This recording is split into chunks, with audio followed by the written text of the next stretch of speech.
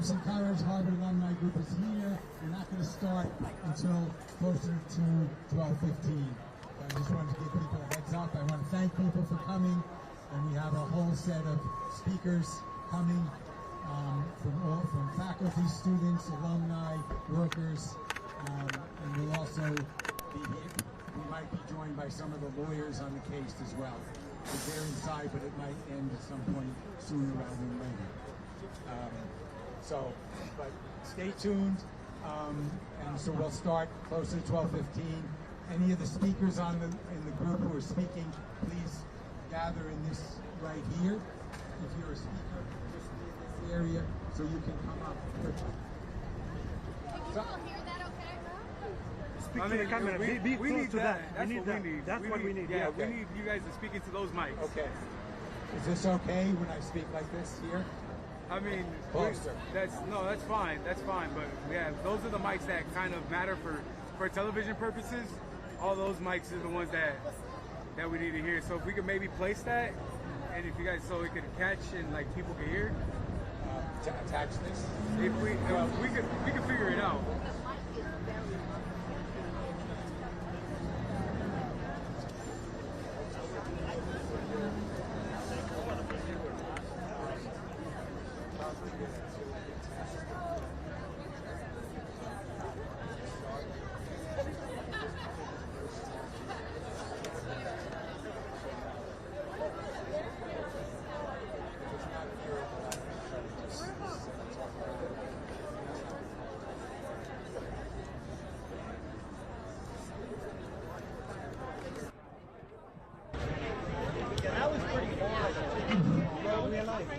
Can you hear me better with this? Can you hear me better with this? Can you hear me better with this? No? It's a little too close right now. Can you hear me better? You put it down a little bit more, right there. Can you hear me better? No.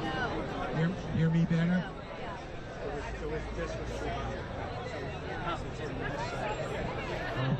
Hold it here.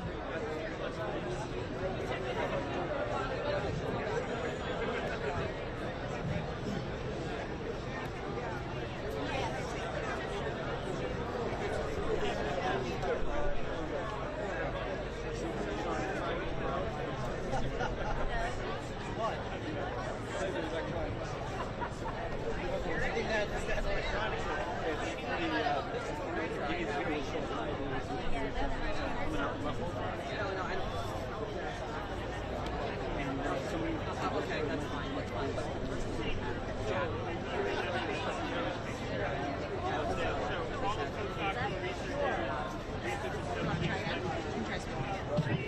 Test. This is a test of the microphone system. This is a test of the microphone system. Raise your hand if you can hear me. Raise your hand if you can hear me. The people who are closest can hear. Any of you guys heavily here on the mic, raise your hand if you can hear. Can you hear me? Can any of you hear me? Not well. What if you do it really loud? Amen. I think we have to reach that. When I talk really loud in it, can you hear me better? Can you hear me better now? Turn it up. The sound facing the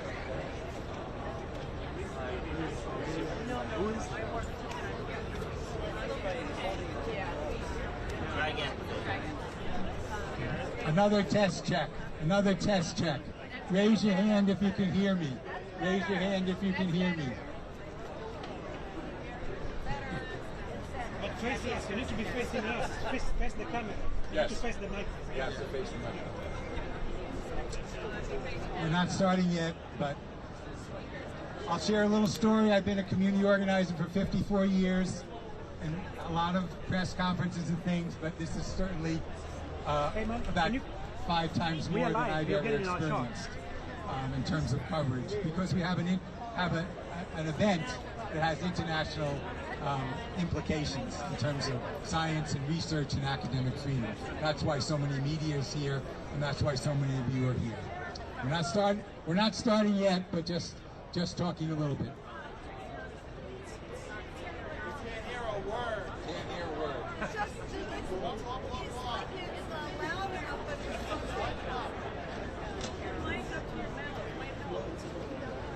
Is this any better? Yeah, that is better. Is this any better? All right, we'll try that. But we're not. We haven't started yet.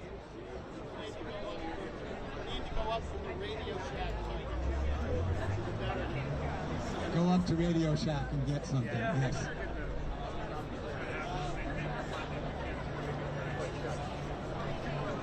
That might be as good as it's gonna get.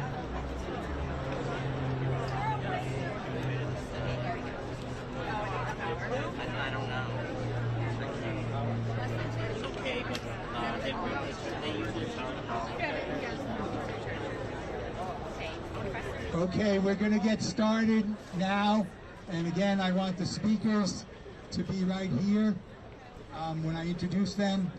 And those people who got the programs that were handed out on the back of the program, there is a QR code where you can register to say you were here so we can send you follow-up things. So we're going to start pretty quickly here. Please, given the mic limitations, people can also shout out that they can't hear or something like that. And I don't know, we'll try, but I don't know what we can do. We'll try, but I don't know what we can do. And tell all speakers to be right there and address the mic. All speakers got to stand right here and address this mic.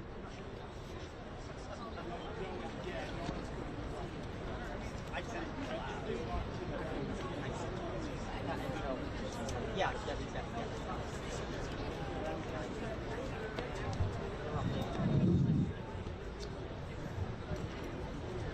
Good afternoon, and thanks for coming. My name is Lou Finfer. I'm serving as one of the co-chairs of the Crimson Courage Harvard Alumni Group. I'm the class of '72, a lifetime community organizer who lives in Dorchester. Today, Harvard is in court, it has its court suit against the Trump administration's attempt to dictate how the university is run and how all universities are run. And they're cutting over $3 billion in vital scientific research. Louder. They're cutting over $3 billion in vital scientific research. This case is about academic freedom, a pillar of democracy, and universities governing themselves. 1, 2, saving many hundreds of research grants and almost $3 billion going to Harvard and medical institutions doing research, supporting the right of international students to attend Harvard and all the other universities in America, protecting the rights of students, faculty, and employees, and also supporting college affordability and increasing that as opposed to cutting Pell Grants and student aid. So we're going to change our program because what's going on inside, we're going to have an immediate report from Anurima Bhagarva. Anurima is a leader in Crimson Courage, and she's been the lead person on the amicus brief that was filed and is a part of the court proceedings today. So I'm going to bring up Anurima.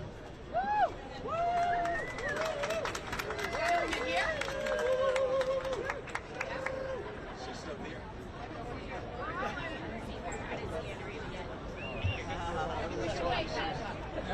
Yes. Yes. Our hero!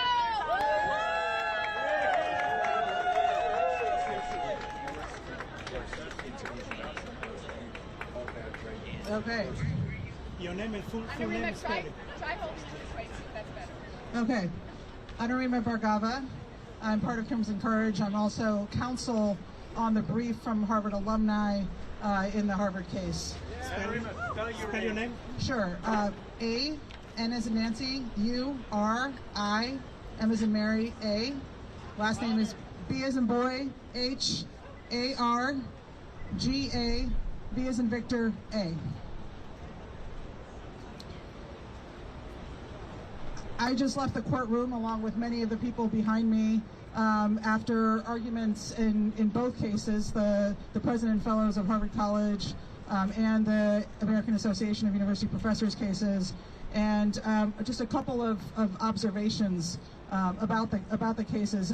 Clearly, the government has now taken a position that is completely contrary to what it has taken throughout this process. And their position is this, which is that they can cancel any contract, any funding that they want to based on changing agency priorities without regard for the Constitution or for any of the procedures under federal statutes.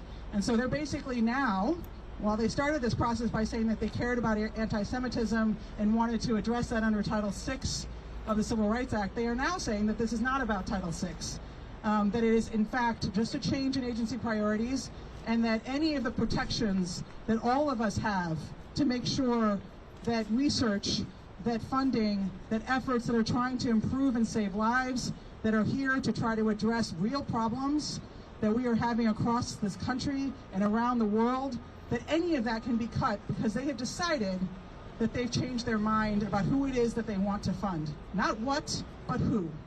And the basis of who they want to fund is basically who's in their favor and who is not. And so we saw very clearly today a change in course by the government, realizing that they had not followed any procedure that they were supposed to follow with regards to Title VI of the Civil Rights Act or the Constitution. They realized that the actions that they are taking threaten the First Amendment rights of certainly all members of the Harvard community, but certainly the researchers and the faculty and those who are been the principal investigators in so many of these fundings that have been cut. And they are taking the position that they can make those decisions about what it is that they are going to actually support without any regard for the Constitution, those First Amendment protections, and the ways in which what they are doing is impacting our ability to learn, to think, to voice, to act, and to teach and research in a way that is away from political interference. So they're saying that we can basically interfere whenever we feel like it, without regard for the Constitution or federal laws and the procedures that are under them. So that is an extraordinary position taken by the government today that was represented by one lawyer and one lawyer only in court. And what we saw from both the counsel for Harvard and the counsel for the AUP was an explanation of why it is important that we stand up for our constitutional rights, why it is important that we stand up for our federal civil rights, which require that if you are going to take away funding, if you're going to take punitive action, if you're going to take action that is taking away the constitutional rights and the statutory rights that are provided for, that you do so in a way that has some basis in findings, some basis in evidence, and it follows some measure of procedures and is not just done because you feel like it. I just want to say one last thing on behalf of Harvard alumni who spoke very strongly in this case. There were 12,041 Harvard alumni who stood up in this case from every single year from 1950 to 2025, the graduating classes. And the reason they did so is because they understand that what's at stake here and what the end goal of the government is to take away our ability to pursue the mission, the freedoms, and the values that have been cornerstone to higher education. And that what we're doing today is all of us are here together as a community to fight for not only what's happening here at Harvard in these particular cases, but for higher education across this country, and for the importance of our ability to educate and to learn and to think in a way that is going to protect not only our rights, but our ability to exchange ideas. And that is what we should do if we want to combat discrimination and bias and hate in this country. It is to open up avenues of expression, of inquiry, and of engagement so that everyone can feel like they are part of the conversation. And that is what was being shut down today by the government. Thank you very much. I got a question for you. How did the judge react to that, to the change of government position? Veritas! Veritas! Veritas! So let me... Veritas, absolutely, and the pursuit of Veritas. The question that I just received was, how did the judge react to the government's position? At one point, the judge said it was mind-boggling. The judge had a number of questions about the position being taken, particularly given the ways in which the case has proceeded up to this point and the ways in which the government has certainly cloaked itself in concerns about anti-Semitism and Title VI. And to say today that they're not actually pursuing this under federal civil rights laws, that is just merely an incident of agency priorities and contracts, is something that is belied by the record in this case thus far. And what does that say, this change of tack? What could have prompted this change of tack? I think that the government realized that they did not follow any of the procedures that they were to follow under Title VI and certainly the Administrative Procedures Act, and they realized that the actions that they have taken, which is to try and coerce and place unconstitutional conditions on the ability of Harvard to be able to, again, have viewpoints, provide a campus that is free from political interference. They realized they were in a deep hole, and so they kind of came out by saying, hey, we can do whatever we want whenever we want to under contract law, and that's what I think what we saw here, which is they realized that they didn't have a basis, they didn't follow procedure, they didn't have findings, they didn't have evidence, and here they are relying, in fact, on the Harvard task force reports about anti-Semitism to declare what is the problems that they apparently are concerned about. But instead, I think they realized they had a problem here, and that's why you see the change in course today. Would you seen anything like this before? What do you think of the government's argument that Harvard doesn't have a monopoly on truth and that the money might be better spent elsewhere? Well, we also had we also had the government say that Harvard is the best education research institution in the world or in the country. And again, I think it was said by Harvard's counsel that what they can suggest is that maybe there's different things that they want to actually spend the research money on, but to suggest that we're just going to take it away from one institution and give it to another because we don't like an institution has nothing to, that's not a power that the government should be wielding in the way that it is today. Have you seen anything like this before? I think we're in times where most of us haven't seen anything like this before. And I will say that I led civil rights enforcement in colleges and universities and schools at the Justice Department. And as was mentioned today, we've never seen anything like this in the history of Title VI and of federal civil rights enforcement, of this kind of termination of federal funding without going through any of the kind of process that one would go through. So I've not seen it in my own practice. We haven't seen it at the Justice Department, and we certainly haven't seen it in a way that just basically tosses the Constitution and federal civil rights laws in this way.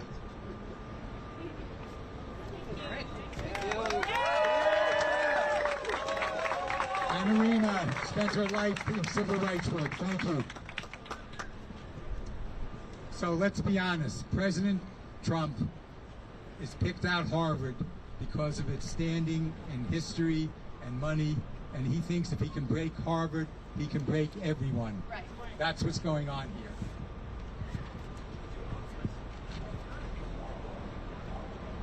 But we challenge this in America. No kings here. No kings here. No kings here. No kings here. No kings here. No kings here. No kings here. No kings here. No kings here. We could say it all day, right? Yes.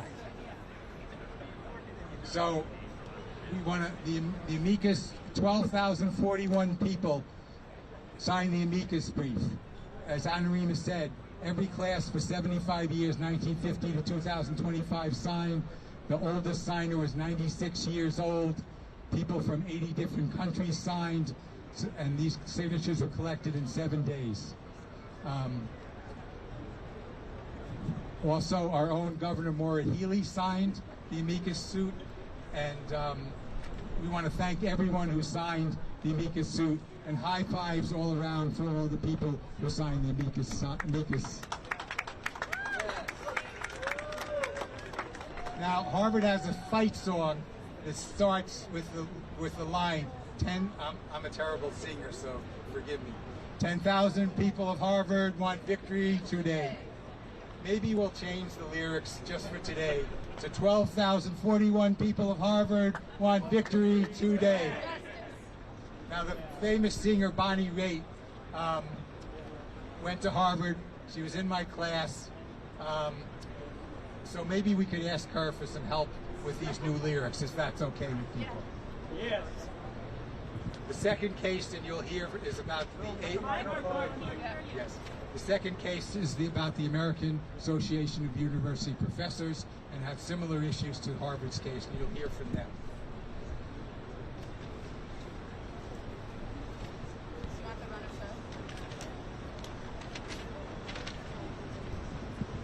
Just making sure I go in order.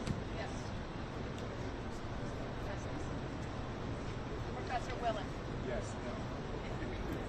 no. Okay, so now we're going to start with two professors and another researcher and their scientific research and how it's been canceled and the implications of them, and this multiply this by hundreds of research grants for Harvard and even hundreds more across the country. Professor Walter Willett from the Harvard School of Public Health. Thank you, Lou, and everyone who came out today for this incredibly important event. Okay, let's try to get close to those two. Good. Thank you, everyone, for coming out today. My family farmed in Michigan for generations. I went to Michigan State University, University of Michigan, and in 1969, I came to Harvard to learn more about public health and nutrition. On May 15th of this year, I received a notice that my 2 grants from the National Institutes of Health were terminated. The first grant was for the Nurses Health Study 2. This is a cohort study of 116,000 women from across the United States who were enrolled in 1989.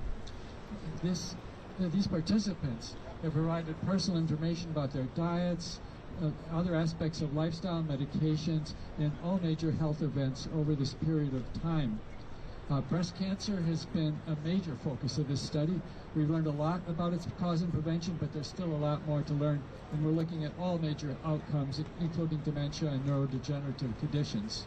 In 1986, we started another cohort study, this enrolling 52,000 men from across the country, and of course prostate cancer is a major outcome in that study. Together, these studies provide the most comprehensive information about diet, lifestyle, physical activity, and other aspects of potential causes and prevention of cancer. These wonderful participants have also provided samples of their blood, their urine, microbiome samples, and when they have cancer, samples of their tumor tissue. We've learned a lot from this information and these resources. This has been shared by dozens of investigators at Harvard, but also across the country and around the world.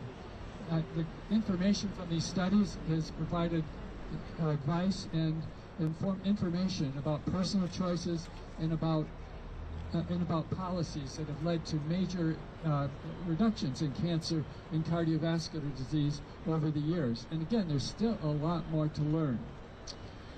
Unfortunately, the termination of this research would mean the end of this progress, and the implications are serious for the well-being of Americans and our children into the future. This is just one example of the arbitrary and capricious weaponization of taxpayer money that is undermining the health of Americans. Thank you.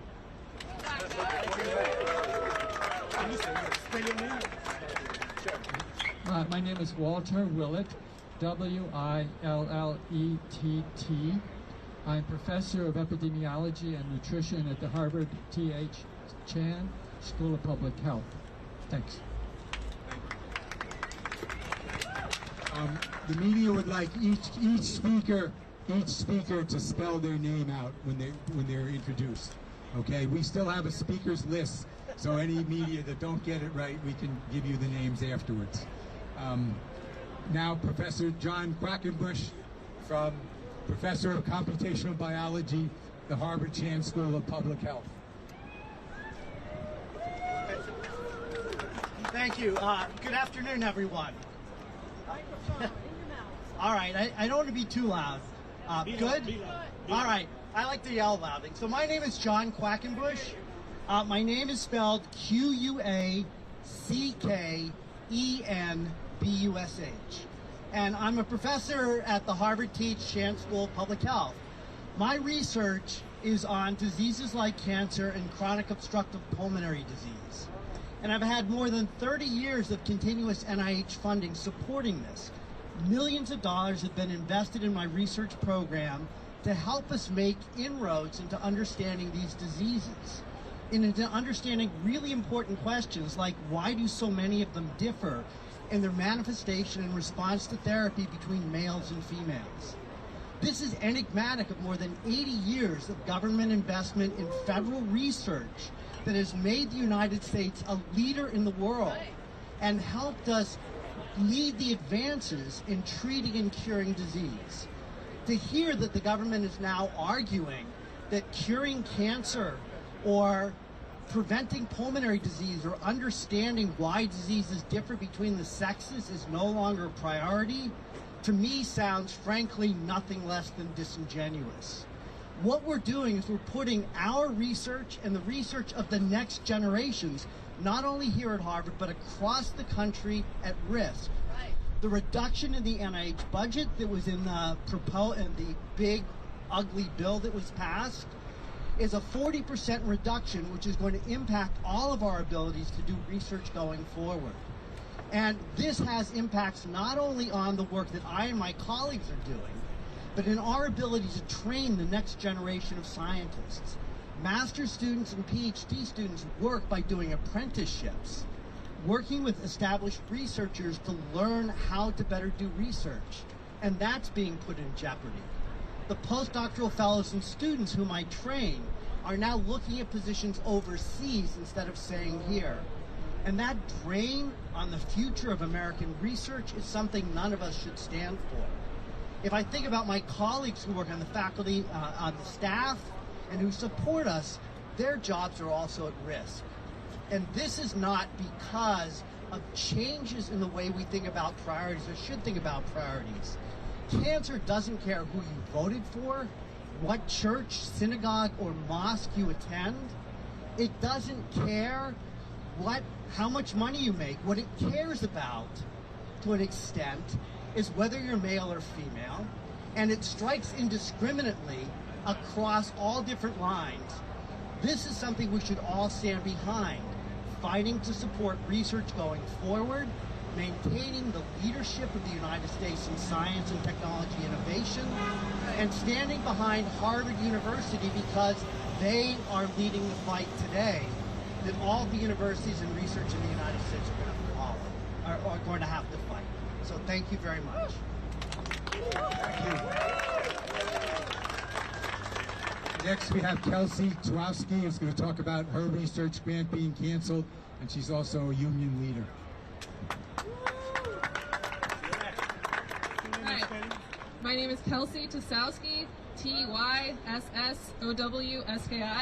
I'm a postdoctoral researcher at Harvard and an organizer with the Harvard Academic Workers Union. About a year ago, I was awarded a 5-year NIH grant to support my work studying how our nervous systems generate skilled movement, which I hope will provide insight into treatments for disorders such as ALS. Today, I'm unable to use this grant, which funded my salary, because of the mass terminations of federal grants at Harvard. My ability to continue in my research career, to secure a faculty position that will allow me to teach others what I've learned, is more precarious than ever. I've developed the expertise to work with wild mouse colonies that others in the neuroscience community do not use. If I cannot continue this research, nobody will. And I'm not the only one in this situation. Attacks on higher ed are threatening to force people like me out of the country, out of academia, and out of research altogether. If we let this happen, it will decimate the American research and education enterprise. And that's because our collective knowledge does not live in textbooks, but it lives in the people who work at universities. Federal grants are not just funding equipment. They are funding the salaries of the people who make that equipment work. They are funding the scientists who come up with the experiments that make new discoveries, and they are funding the people who train the people that will come up with the new ideas that will solve the problems of tomorrow. Our university is made up of students, staff, researchers, and faculty, We are the university, and if we lose our community through layoffs and through funding cuts, we will lose our university. So we cannot accept these cuts to research funding as a new status quo that we have no power to change. And Harvard, the most powerful university in the world, cannot accept this either, because if we accept this as our new normal, it will be. Instead, we must stand together, and Harvard must stand with us in support of research done not to turn a profit but for the public good, in support of a university that welcomes anyone from across the globe to learn and generate knowledge with us, and in support of the people who make the university's positive impact on society possible. Thank you. Thank you. These over 300 research grants canceled for Harvard is not just Harvard. All the 8 major hospitals in Boston are part of these research grants. So think of Beth Israel Deaconess, Mass General Brigham, Dana-Farber, Tufts New England, Mass Ioneer, Beth Israel Deaconess. They're all part of these research studies too. It's not just Harvard who is part of this and is being affected by this. So we're now going to turn to the workers. Some are in unions, some are in roles as faculty. We're going to turn to them to hear them speak. And Jessica Tang, who's the president of the American Federation of Teachers, Massachusetts, is going to say something and introduce the speakers in this section. All right, good afternoon, everybody. So my name is Jessica Tang, and I proudly represent the 25,000 pre-K through 12 and higher ed educators in Massachusetts, as well as librarians and other school staff. And we are also proud that AAUP is an affiliate of the AFT. So I am here as an alum, as one of the many co-founders of Crimson Courage, but also, of course, as a labor leader. And we know in labor, what's happening is an attack on our democracy. I actually am a civics teacher, and we teach about, of course, the 3 branches of government, and we also teach our students about the rights and responsibilities of our citizens. And we look at history, and we study civil rights, and we look at things like the Little Rock 9 situation in Arkansas. And we tell our students that when we see injustices, we need to stand up and speak up and fight back. And that's what we're here doing today. And in pre-K through 12 education, we've also seen the impacts of the rolling back of democracy and the abuse of power in terms of regulatory retaliation. So in the last couple of weeks, we saw over $6 billion also impounded for pre-K through 12 education. And that is a sign of democratic backsliding. And that's why we have to continue to speak up and speak out when we see that authoritarianism is starting to creep into our country. We also know, however, as labor, that our antidote and our solution is solidarity. And so that's why we are so proud to have so many labor leaders here today in solidarity. And we're going to hear from a few of them. So first up is the president of the Harvard chapter of AAUP. She's also a professor of history, and that's Kirsten Weld. So please welcome Kirsten Weld. Can you speak to this mic? Can you speak to those mics? Okay. Hi, everybody. Can everyone who needs to hear me hear me? No. Okay, I'm spelling my name. My name is Kirsten Weld, Kirsten Weld, and I'm a professor of history at Harvard, and I am the president of Harvard's chapter of the American Association of University Professors, the AAUP. Nationally and locally, the AAUP has been leading the resistance to the government's partisan attacks on higher education. The AAUP is the oldest and most important national organization dedicated to defending academic freedom and the rights of teachers at U.S. colleges and universities. It's been around for more than a century. So the AAUP has taken a leadership role in fighting back on the government's attempts to take control of higher education to bring it to heel. And so on April 11th of this year, 10 days before Harvard filed its own litigation, and when it was far from clear that it actually would, we, the faculty of AAUP, filed a lawsuit challenging the Trump administration's unprecedented abuse of federal funding and civil rights enforcement authority to undermine academic freedom and free speech on our campus. We did that with two goals in mind. First, obviously, to push back on the federal government's pressure campaign, and second, to show Harvard that the path forward was not to capitulate, but to fight. And today I'm glad to say that oral arguments in both our lawsuit and Harvard's were heard by Judge Burroughs here in this courthouse. You've heard that the stakes for Harvard couldn't be higher, right? Field-defining research trapped in limbo, life-saving clinical trials terminated, hundreds of staff losing their jobs, tenure-track professors receiving layoff notices. And make no mistake, these attacks are blatantly unconstitutional. The government wants to tell professors what we can and cannot teach.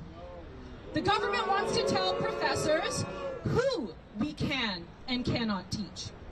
The government wants to tell students what they can and cannot learn, what questions they can and cannot ask, who they can and cannot aspire to be. As Harvard faculty, it is our moral and pedagogical duty to our students and to our fields of scholarly expertise to refuse this blatantly unlawful thought policing. And it's Harvard's duty too. But this fight isn't just about Harvard. It's about all of higher education.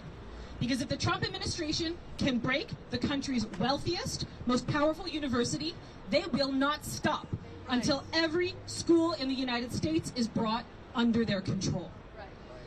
And this fight, as you've heard and will continue to hear because it's true, is about democracy itself. The kinds of work and values that thrive in universities, free inquiry, empirical research, diversity and inclusion, scholarly critique and debate, these are the lifeblood of democracy. It's no exaggeration to say that that is what we are here standing up for today. Without compromise, without appeasement, we must fight for it with everything that we have. Thank you very much. What do we do when democracy is under attack? Stand up, fight back. When I say democracy is under attack, you say, what do? We stand up, fight back. When democracy is under attack, what do? Stand up, fight back. When democracy is under attack, what do? Stand up, fight back. All right, next up we have also from AAUP National, Aaron Niesenson, who's the senior counsel for AAUP. Thank you.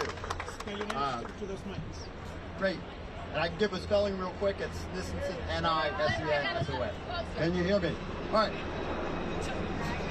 Thank you. I'm proud to be here for AAUP National. We're the national headquarters of AAUP. We have chapters throughout the country. We have members in every single state. We have elite institutions. We have public institutions. We have private institutions.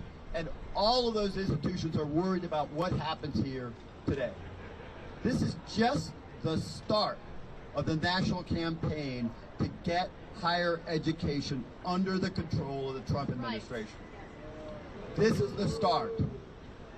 They're trying to take Harvard down, they're trying to take Columbia down, and they're trying to bring them to heel. And why are they trying to bring them to heel? Because they do not like what's being taught. They do not like the way students are starting to think on their own and are demonstrating, putting out ideas on our. They do not want free public education in this country. The judge today had an excellent question, an excellent statement. She said, it's mind-boggling that the government is going in to argue that it can terminate contracts because it doesn't like the viewpoints expressed on campus. It's trying to terminate billions of dollars in contracts because it doesn't like what students are saying on campus. It doesn't like the positions that students are taking on campus. And it doesn't like what professors teach. All you have to do is look at the April 11th letter they sent to Harvard. It was attempting to use grants and contracts to compel Harvard to comply with the administration. And its main points were not about discrimination. Its main points were about viewpoint diversity and taking control away from faculty, students, and the university community. And in that letter they say that universities must show, or how Harvard must show, that has viewpoint diversity satisfactory to the government. Let me quote that. Satisfactory to the government. That the government's going to determine what is satisfactory education. That the government is going to determine what is satisfactory teaching. And then we go back to the power issue. Take the power away from faculty and students and give it to whom? Whom do you think they're going to give the power to? They're going to give it to administrations that are willing to comply with the Trump administration, and they're going to give it to the Trump administration. They want the government to be able to control what is taught at universities, what is said by students at universities, what demonstrations are held at universities, and what degrees students get. And that is something that we cannot stand for. And we at National AAUP are firmly against it. I know everybody here behind me is firmly against it. And we think the country's firmly against it. Yes. Yes. The country wants to hear students get different points of view that they might not agree with. Do we agree? Yes. First Amendment. We know that we want to have freedom in teaching and research. Do we agree? Yes. We know that we want our scientists to take them where the research leads them, not where the government leads them. Is that correct? Yes. We know that we want students to be able to come up with their own ideas and with their own protests and statements. We want them to be able to express themselves in a way that they find satisfactory. Do we agree? Yes. Thank you. I appreciate it, and we are looking forward to the outcome of this case. Thank you. When I say hands off, you say Harvard. Hands off. Harvard. Hands off. Harvard. Hands off. Harvard. Thank you to AAUP for leading the fight. We have to continue to stand up and fight back, but it's not just the faculty who's impacted here. It's also a lot of the Harvard staff unions. So next up, we are going to hear from Carlos Aramayo, my good friend from Unite Here, Local 26, who's going to be sharing why they are also in solidarity in this fight.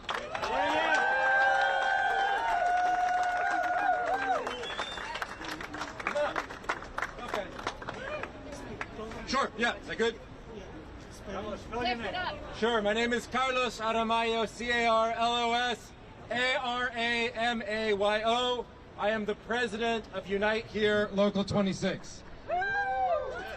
Unite Here, Local 26 represents 900 dining service workers on Harvard's campus and thousands of dining workers on campuses around the Boston area. We believe the Trump administration's attack on Harvard are attacks on workers. Assaults on free speech, the limiting of what can be taught and discussed on campus, and attacks on the right to protest are attacks on unions.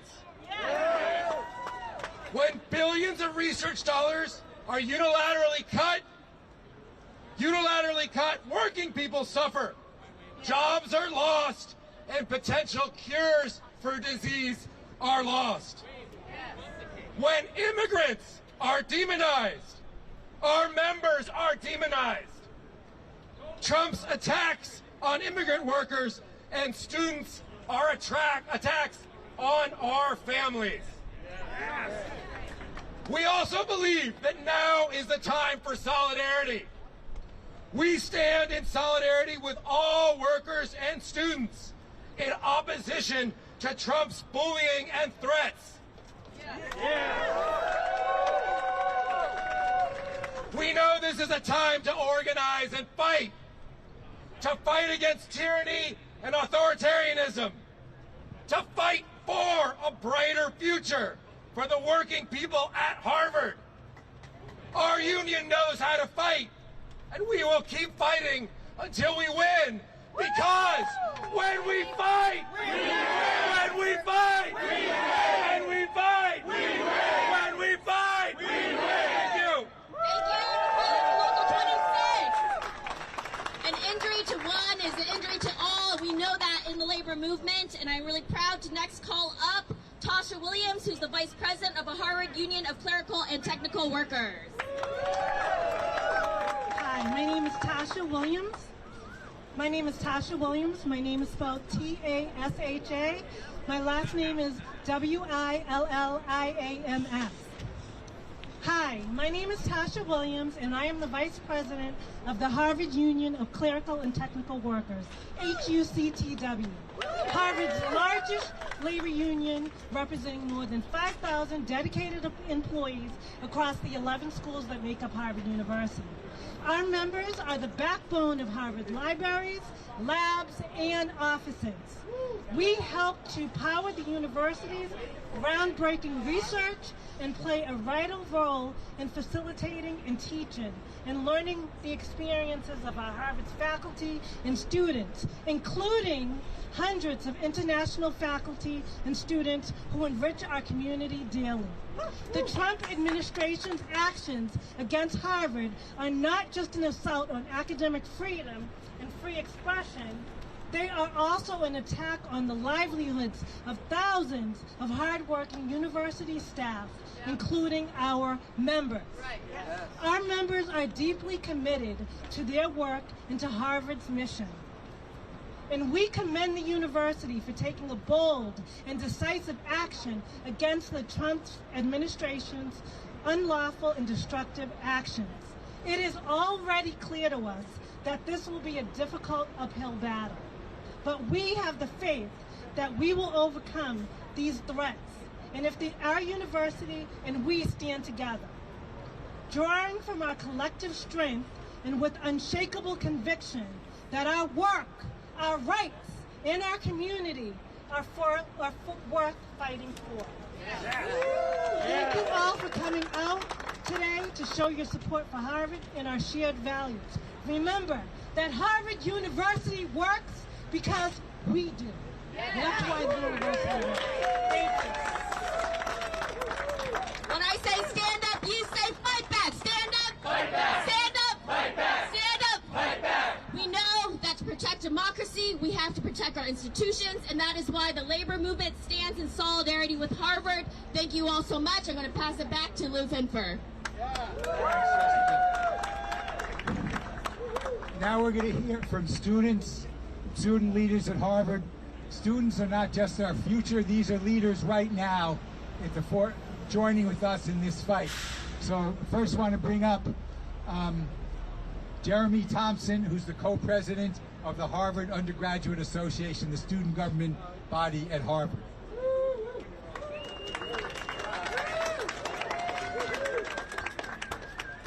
Hello everyone, it's wonderful to be here with you today.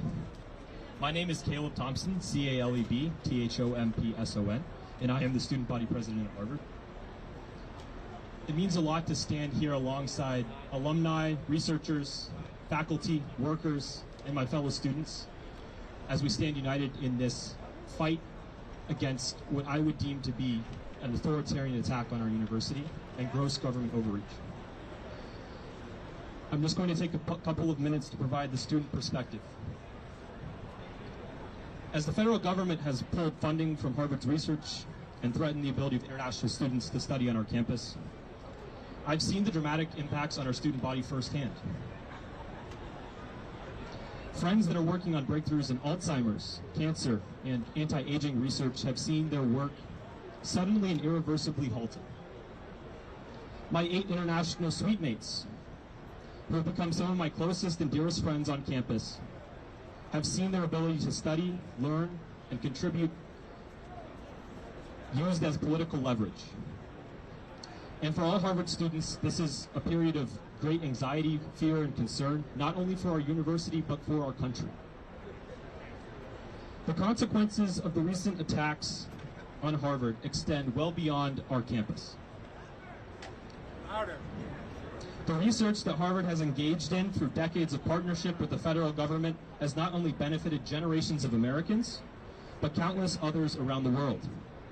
It is important to emphasize that this collaboration has been far from a gift. Each and every one of the contracts secured by Harvard to conduct this research was done so through a competitive and rigorous application process.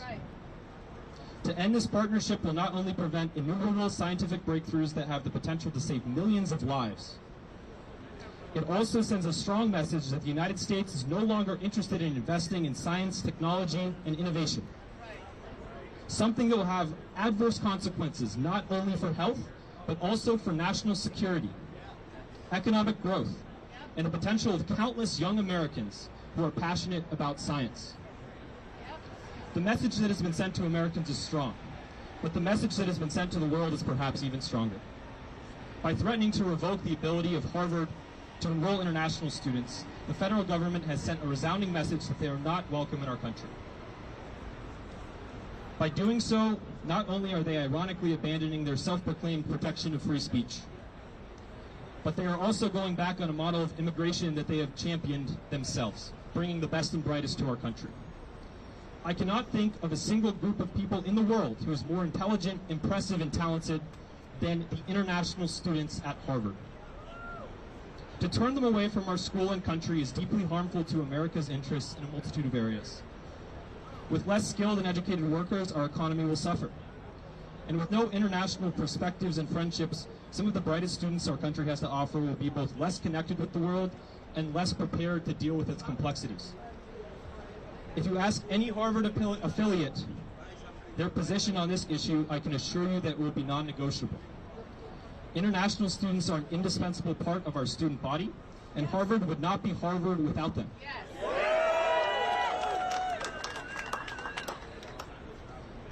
But perhaps the most troubling aspect of these attacks is how vindictive and focused they are on Harvard specifically. Through our refusal to comply with the government's demands about who can attend our school and who can't attend, what we can teach and what we can't teach, what we can say and what we can't say, we have been ruthlessly and viciously attacked. Any society where the federal government can dictate down to the last detail how private institutions like churches, businesses, or our universities can function is not a free one, and certainly not a democracy. This is why it's so important for Harvard to continue its fight, because the world needs to see that as much as the federal government would like to make an example out of us for our dissent, we will not submit to authoritarianism and will not relinquish our academic freedom. Thank you. Thank you, Caleb. We're now going to hear from James McCafferty with the Harvard Students for Freedom.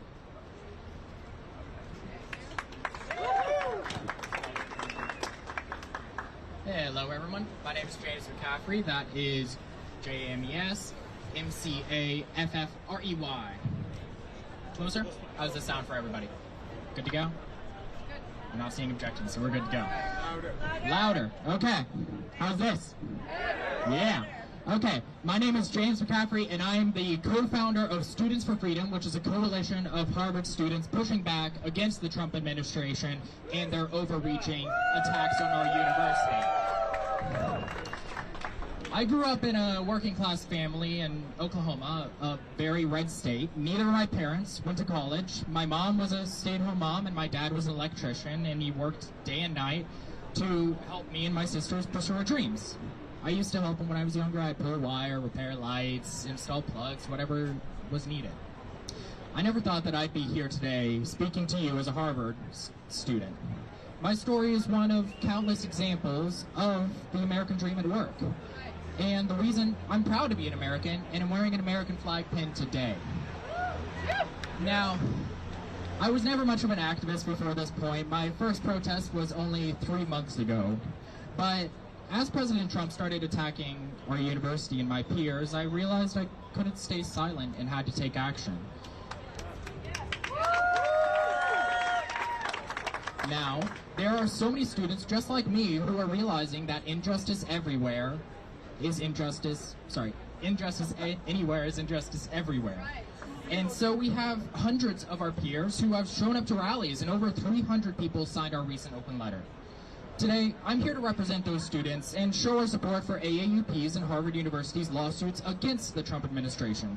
As a student, I am proud to stand and show support for the defense of our independence as a university. Now, when the Trump administration decided they wanted to push my international classmates out of the country, Secretary Noem said that they were trying to, quote, root out the evils of anti-Americanism at our university. But you know what I think? I think it's time for us to root out the evils of anti-Americanism in the Trump administration. When you start policing people's language, that's anti-American.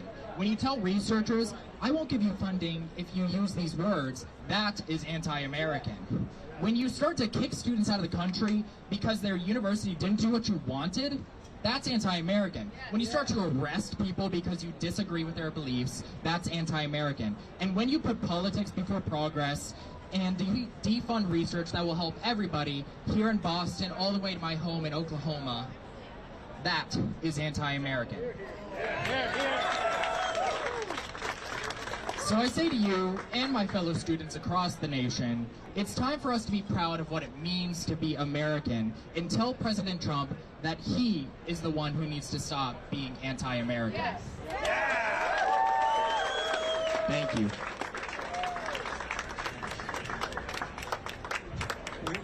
We're more than 2/3 through the program.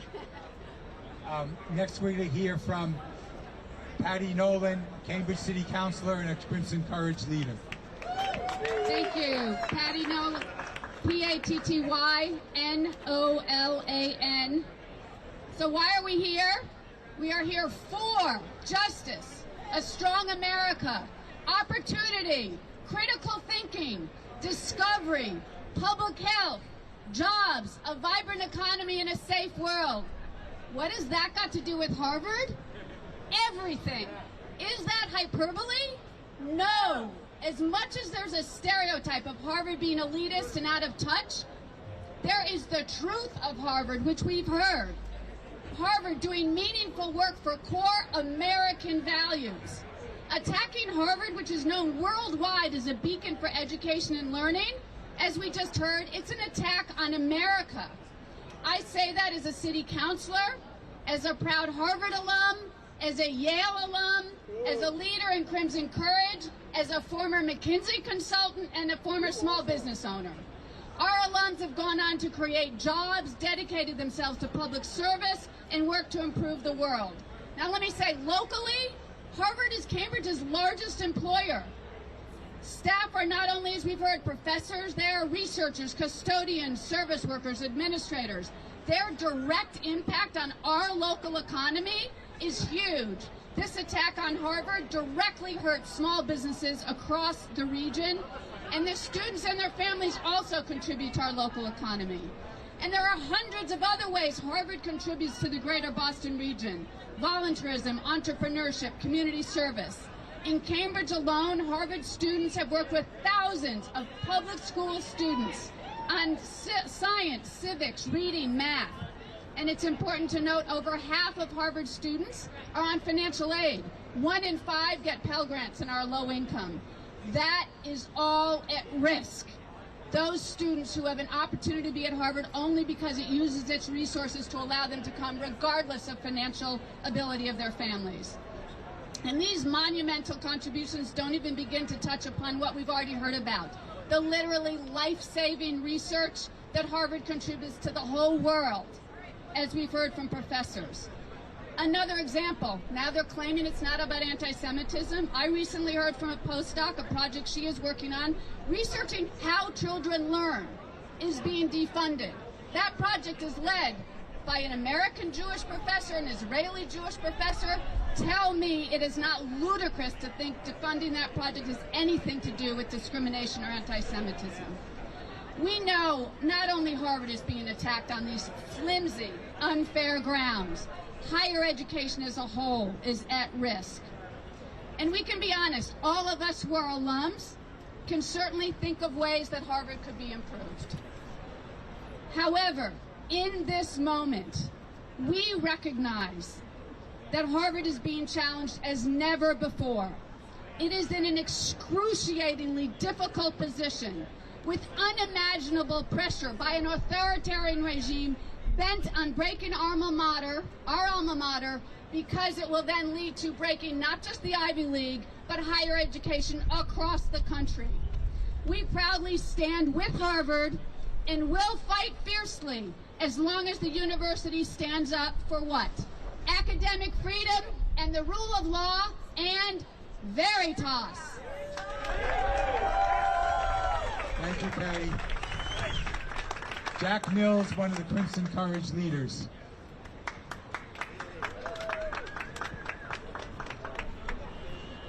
Good afternoon. My name is Jack Mills. That's Jackmills. I graduated from Harvard in 1975. I was able to go to Harvard because I had significant financial aid and a dorm crew job. Without that, there's no way my family could have afforded it. I'm here, first of all, to thank all the rally people for coming today. Thank you so much. We are here to support Harvard and the AAUP in their lawsuits. We're here to defend higher education as a pillar of democracy. Yes! We're here to defend Harvard and higher education institutions nationwide. Yes! We're here to defend the right of international students to attend higher education, which is under such threat. We're here to defend employees from losing their jobs, from cuts in funding that have to do with who we are and what we think, instead of what can be done to benefit our country. We are here to call for restoration of $3 billion that the Trump administration has cut.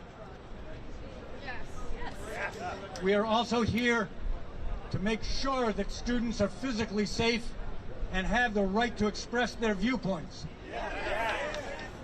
And we are growing. At this very moment, there's a rally in Washington, D.C. simultaneous with this one, which is circling the White House. So join me now for some call and response. Say hands off. Hands off. Say hands off Harvard. Hands off Harvard. Hands off higher education. Hands off higher education. Hands off human rights. Hands off human rights. Hands off democracy. Hands off democracy. We need to talk about the future. Crimson Courage needs you to keep on keeping on. Build on today. Be sure to sign up with Crimson Courage. Sign up to achieve Crimson Courage's goals for Harvard and nationwide for higher education. And provide your ideas for what the best strategy is to do that. Thank you, everyone who's already done work in the past with Crimson Courage, who's here today, and who will join us to work on all of what I've said tomorrow and in the future. Thank you, Jack. You've heard about the amicus brief filed by the Harvard alumni. The attorney generals, a number of them filed their amicus brief, and it was led by our own Attorney General, Andrea Campbell of Massachusetts. Just wanted to let you know she's on our side too. Now we're going to have two short, solid, this is a lot, we've said a number of times, this is a lot bigger than Harvard.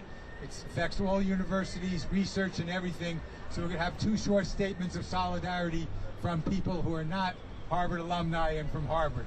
First, Nahit Trivedi from MIT Students for Science. MIT. Thank you, Louis. Hi. Hello, everyone. My name is Nihit Trivedi, N-E-H-E-E-T, T-R-I-V-E-D-I, from MIT Alumni for Science. That's MIT Alumni for Science. Once again, hello, everyone. My name is Nihit Trivedi, and I think I actually have the honor of potentially being one of the only people to speak who has not gotten into Harvard despite multiple attempts to do so. I, as I mentioned, am a representative, one of the leaders of MIT Alumni for Science from MIT, just down the Charles River, and we're proud to stand here for science and with Harvard. MIT Alumni for Science is a growing, nonpartisan, independent community of MIT grads across the country working to support science and the role that America's colleges and universities play, empowering innovation, scientific breakthroughs, economic growth, and national security. As Patty Nolan, our city councilor in Cambridge had mentioned, universities are not perfect, but scientific research is one of the things that makes America great. It makes it the envy of the world, and it makes us strong. We support Harvard in its efforts to restore critical scientific research funding for the benefit of our country. The partnership between government and research institutions goes back, as many of you know, to the 1940s, and is a bedrock of American innovation, growth, security, and our global leadership in science.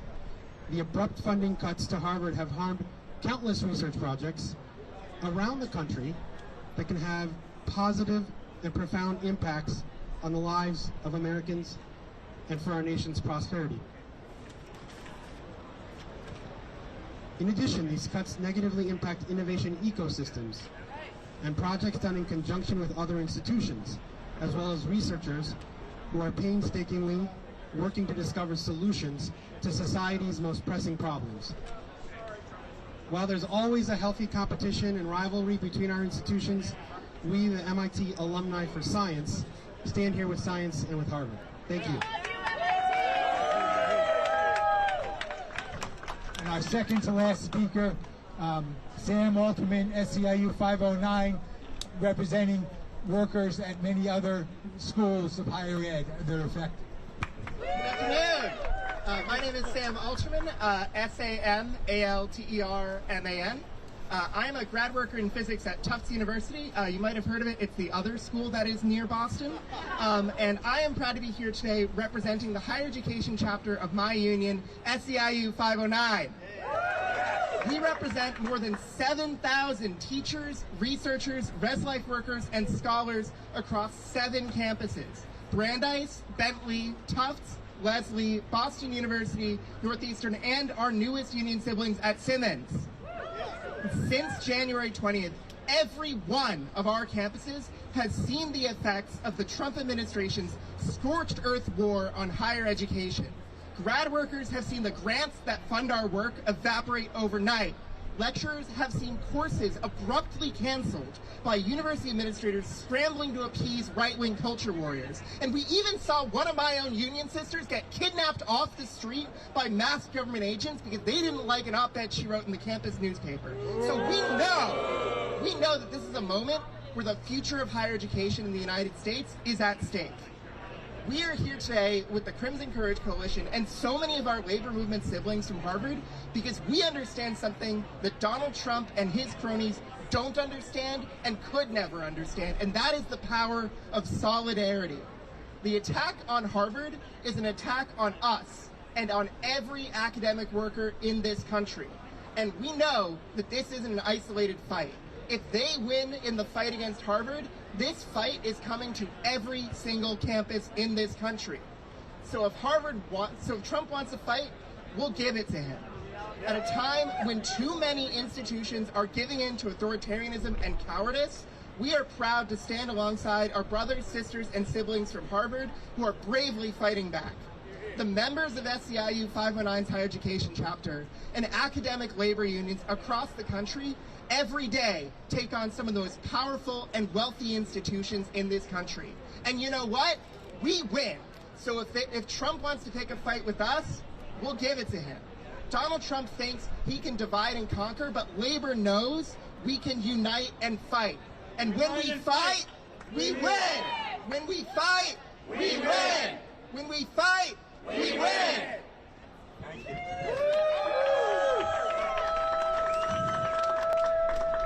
So you've heard a lot from us.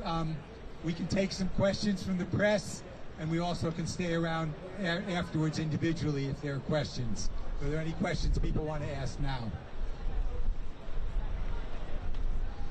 You've heard a lot, but we'll stay around here to talk to you individually if you have questions.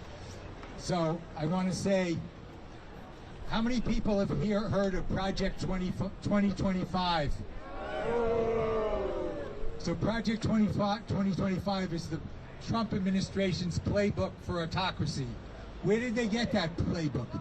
From Hungary, from Viktor Orbán's autocratic regime in Hungary. I've been to Hungary many times over the last 15 years and seen Orbán take over the media, take over the universities, and even use anti-Semitism as a tool in that kind of campaign. And we had a program that brought people from Hungary to the United States to work with nonprofits that I worked on for the last 15 years, and that was one of the contracts canceled by the Trump administration. So it comes around. The fight continues inside the courtroom and outside here on the streets. Are we ready to fight? Yes! Are we ready to fight? Yes! And finally, our hopes and dreams for justice in our country will never die. They will never die. Thank you for coming.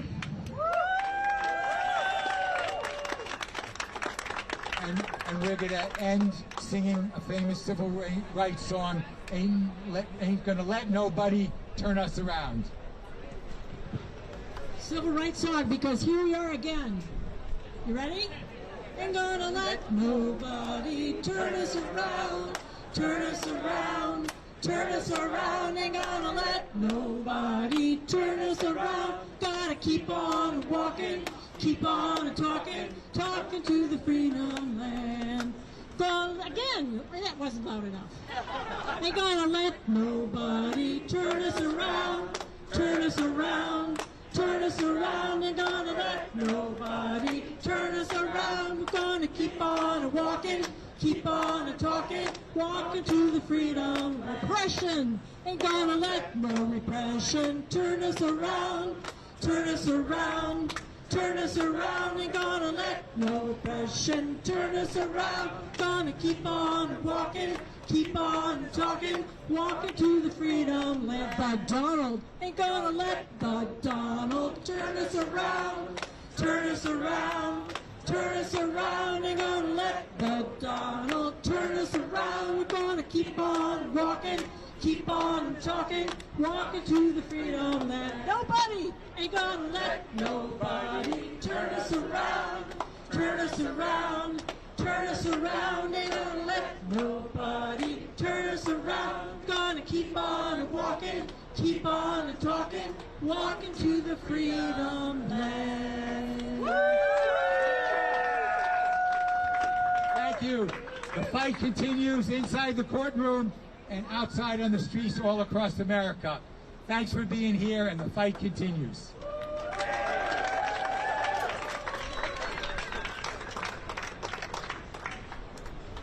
Thanks everybody who volunteered and helped. Thanks to the media for covering this. We appreciate it. Thank you for all the feelings.